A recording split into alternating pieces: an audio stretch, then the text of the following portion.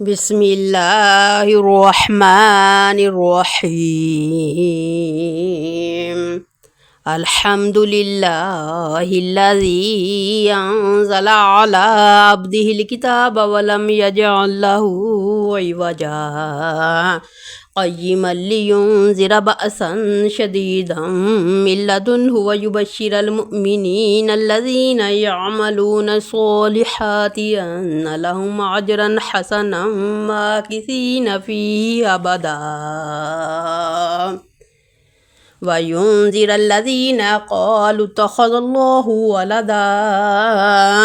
ما لهم به من علم ولا لآبائهم كبرت كلمة تخرج من أفواههم يقولون إلا كذبا فلعلك باخع نفسك على آثارهم إن لم يؤمنوا بهذا الحديث أسفا إنا جعلنا ما على الأرض زينة لها لنبلوهم أيهم أحسن عملا وإنا لجاعلون ما عليها صعيدا جرزا أم حسبت أن أصحاب الكهف والرقيم كانوا من آياتنا عجبا إذ أوى الفتية إلى الكهف فقالوا ربنا آتنا من لدنك رحمة وهيئ لنا من أمرنا رشدا فضربنا على آذانهم في الكهف سنين عددا ثم بعثناهم لنعلم أي الحزبين يحصى لما لبثوا أمدا نحن نقص عليك نبأهم بالحق إنهم فتية آمنوا بربهم وزدناهم هدى وربطنا على قلوبهم إذ قاموا فقالوا ربنا رب السماوات والأرض لن ندعو من دونه إلها لقد قلنا إذا شططا هؤلاء قوم اتخذوا من دونه آلهة لولا يأتون عليهم بسلطان بين فمن أظلم ممن افترى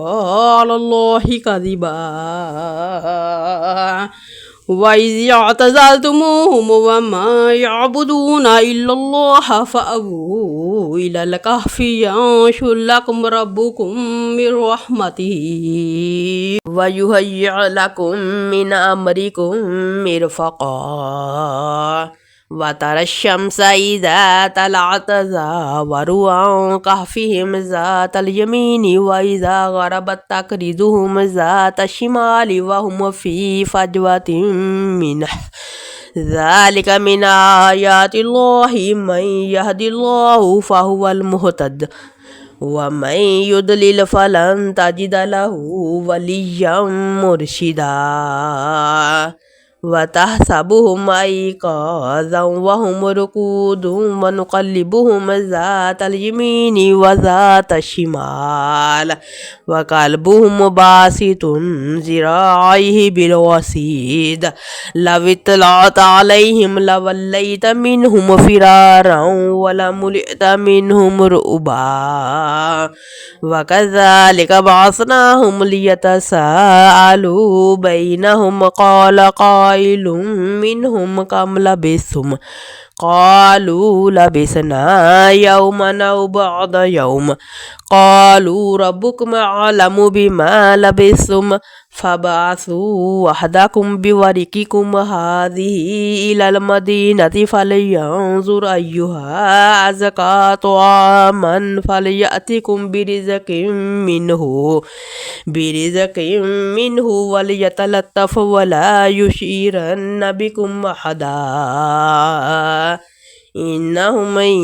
يظهروا عليكم يرجموكم أو يعيدوكم في ملتكم ولن تفلحوا إذا أبدا وكذلك عثرنا عليهم ليعلموا أن وعد الله حق وأن الساعة لا ريب فيها إذ يتنازعون بينهم أمرهم فقالوا بنوا عليهم بنيانا ربهم أعلم بهم قال الذين غلبوا على أمرهم لنتخذن عليهم مسجدا سيقولون ثلاثة رابعهم كلبهم ويقولون خمسة سادسهم كلبهم رجما بالغيب ويقولون سبعة وثامنهم كلبهم قل ربي أعلم بعدتهم ما يعلمهم إلا قليل فلا تمار فيهم إلا مراء ظاهرا ولا تستفتي فيهم منهم أحدا ولا تقولن لشيء إني فاعل ذلك غدا إلا أن يشاء الله واذكر ربك إذا نسيت وقل عسى أن يهديني ربي لأقرب من هذا رشدا ولبثوا في كهفهم 300 سنين وازدادوا 9 قل الله أعلم بما لبثوا له غيب السماوات والأرض أبصر به واسمع ما لهم من دونه من ولي ولا يشرك في حكمه أحدا واتل ما أوحي إليك من كتاب ربك لا مبدل لكلماته ولن تجد من دونه ملتحدا واصبر نفسك مع الذين يدعون ربهم بالغداة والعشي يريدون وجهه ولا تعد عيناك عنهم تريد زينة الحياة الدنيا ولا تطع من أغفلنا قلبه عن ذكرنا واتبع هواه وكان أمره فرطا وقل الحق من ربكم فمن شاء فليؤمن ومن شاء فليكفر إنا أعتدنا للظالمين نارا أحاط بهم سرادقها وإن يستغيثوا يغاثوا بماء كالمهل يشوي الوجوه بئس الشراب وساءت مرتفقا إن الذين آمنوا وعملوا الصالحات إنا لا نضيع أجر من أحسن عملا أولئك لهم جنات عدن تجري من تحتهم الأنهار يحلون فيها من أساور من ذهب ويلبسون ثيابا خضرا من سندس واستبرق متكئين فيها على الأرائك نعم الثواب وحسنت مرتفقا واضرب لهم مثل الرجلين جعلنا لأحدهما جنتين من عناب وحففناهما بنخل وجعلنا بينهما زرعا كلتا الجنتين آتت أكلها ولم تظلم منه شيئا وفجرنا خلالهما نهرا وكان له ثمر فقال لصاحبه وهو يحاوره أنا أكثر منك مالا وأعز نفرا ودخل جنته وهو ظالم لنفسه قال ما أظن أن تبيد هذه أبدا وما أظن الساعة قائمة ولئن رددت إلى ربي لأجدن خيرا منها منقلبا قال له صاحبه وهو يحاوره وكفرت بالذي خلقك من تراب ثم من نطفة ثم سواك رجلا لكن هو الله ربي ولا أشرك بربي أحدا ولولا إذ دخلت جنتك قلت ما شاء الله لا قوة إلا بالله إن ترني أنا أقل منك مالا وولدا فعسى ربي أن يؤتيني خيرا من جنتك ويرسل عليها حسبانا من السماء فتصبح سعيدا زلقا أو يصبح ماؤها غورا فلن تستطيع له طلبا وأحيط بثمره فأصبح يقلب كفيه على ما أنفق فيها وهي خاوية على عروشها ويقول يا ليتني لم أشرك بربي أحدا ولم تكن له فئة ينصرونه من دون الله وما كان منتصرا هنالك الولاية لله الحق هو خير ثوابا وخير عقبا واضرب لهم مثل الحياة الدنيا كماء إن أنزلناه من السماء فاختلط به نبات الأرض فأصبح هشيما تذروه الرياح وكان الله على كل شيء مقتدرا المال والبنون زينة الحياة الدنيا والباقيات الصالحات خير عند ربك ثوابا وخير عملا ويوم نسير الجبال وترى الأرض بارزة وحشرناهم فلم نغادر منهم أحدا وعرضوا على ربك صفا لقد جئتمونا كما خلقناكم أول مرة بل زعمتم أن لن نجعل لكم موئدا ووضع الكتاب فترى المجرمين مشفقين مما فيه ويقولون يا ويلتنا ما لهذا الكتاب لا يغادر صغيرة ولا كبيرة إلا أحصاها ووجدوا ما عملوا حاضرا ولا يظلم ربك أحدا وإذ قلنا للملائكة اسجدوا لآدم فسجدوا إلا إبليس كان من الجن ففسق عن أمر ربه أفتتخذونه وذريته أولياء من دوني وهم لكم عدو بئس للظالمين بدلا ما شهدتهم خلق السماوات والأرض ولا خلق أنفسهم وما كنت متخذ المضلين عضدا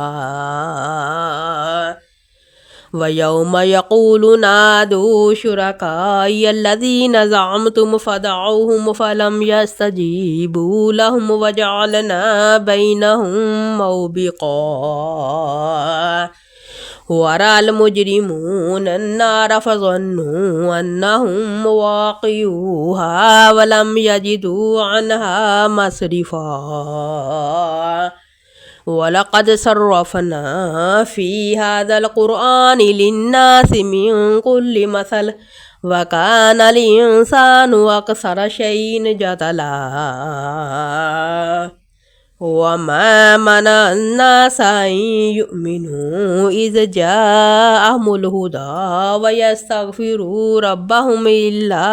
أن تأتيهم سنة الأولين أو يأتيهم العذاب قبلا وما نرسل المرسلين إلا مبشرين ومنذرين ويجادل الذين كفروا بالباطل ليدحضوا به الحق واتخذوا آياتي وما أنذروا هزوا ومن أظلم ممن ذكر بآيات ربه فأعرض عنها ونسي ما قدمت يداه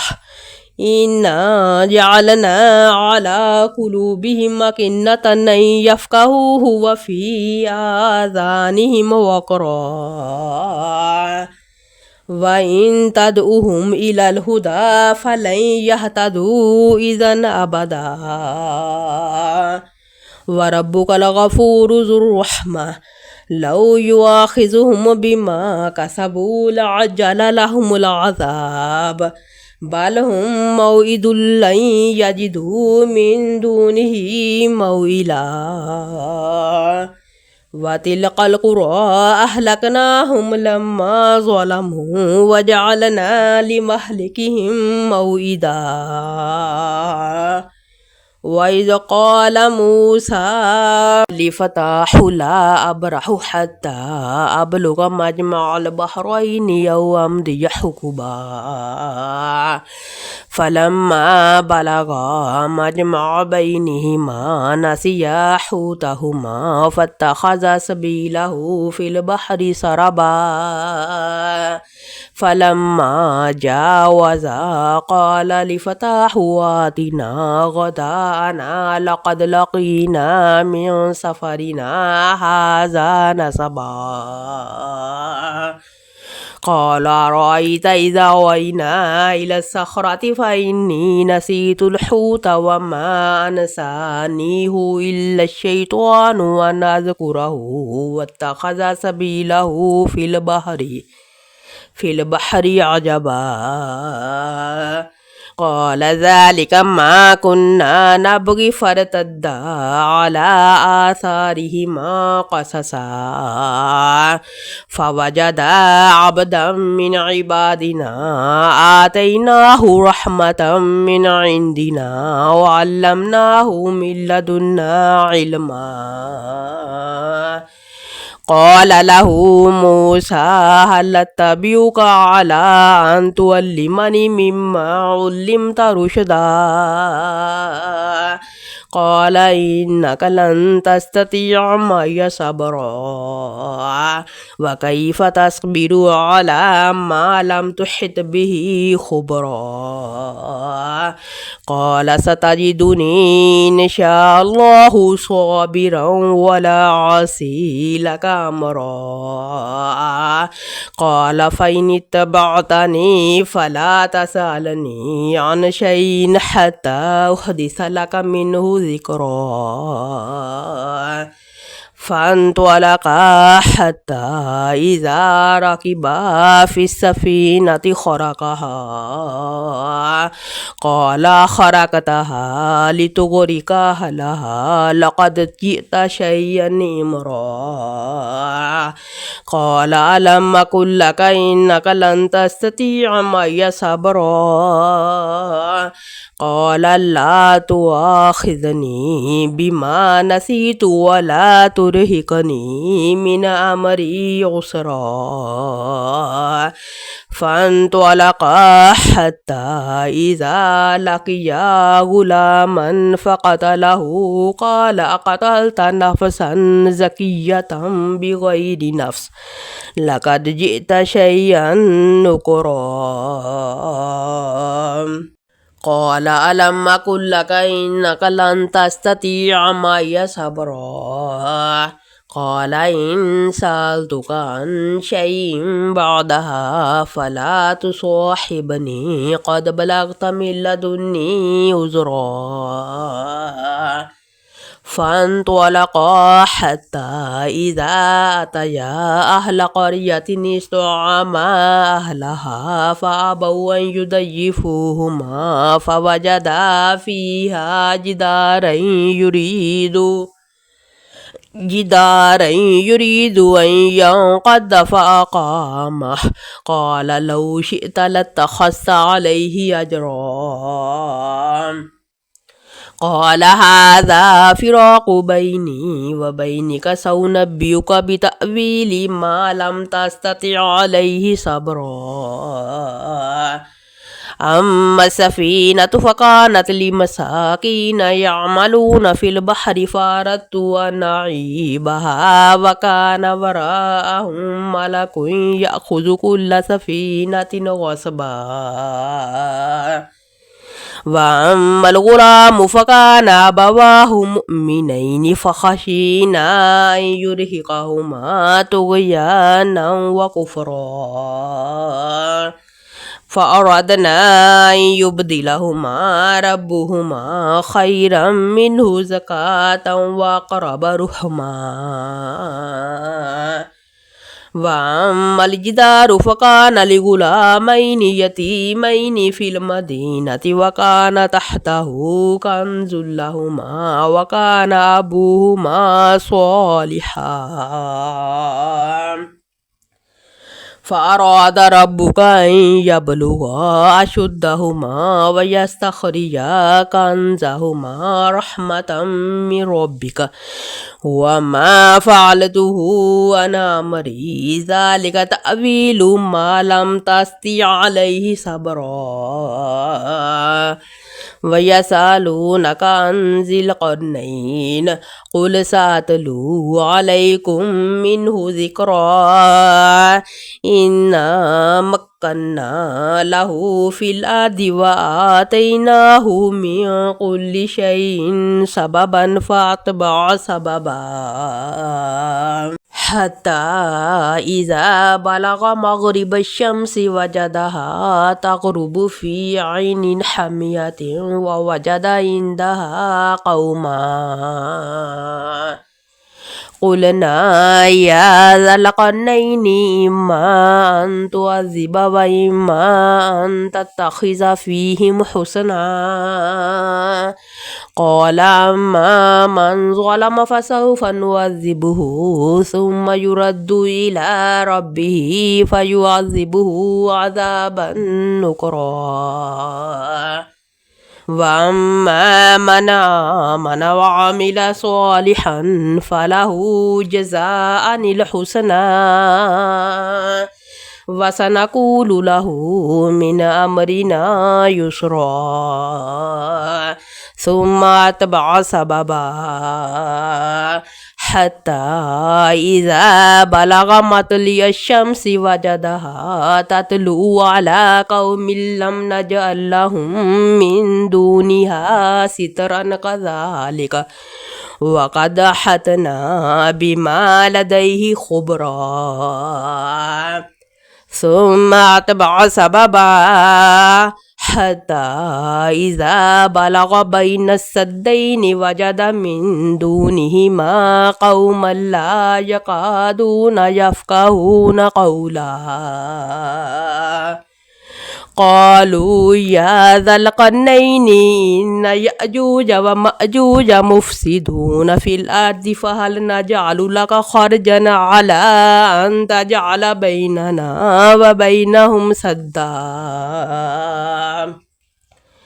قال ما مكني فيه ربي خير بأعينوني بقوة أجعل بينكم وبينهم ردما آتوني زبر الحديد حتى إذا ساوى بين الصدفين قال انفخوا حتى إذا جعله نارا قال آتوني أفرغ عليه قطرا فما استطاعوا أن يظهروه وما استطاعوا له نقبا قال هذا رحمة من ربي فإذا جاء وعد ربي جعله دكا وكان وعد ربي حقا وتركنا بعضهم يومئذ يموج في بعض ونفخ في الصور فجمعناهم جمعا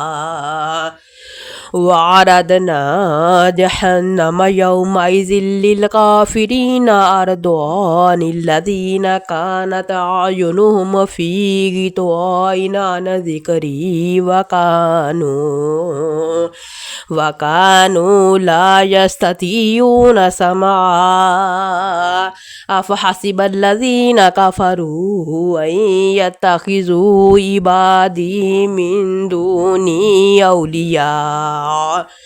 إنا أعتدنا جهنم للكافرين نزلا قل هل ننبئكم بالأخسرين أعمالا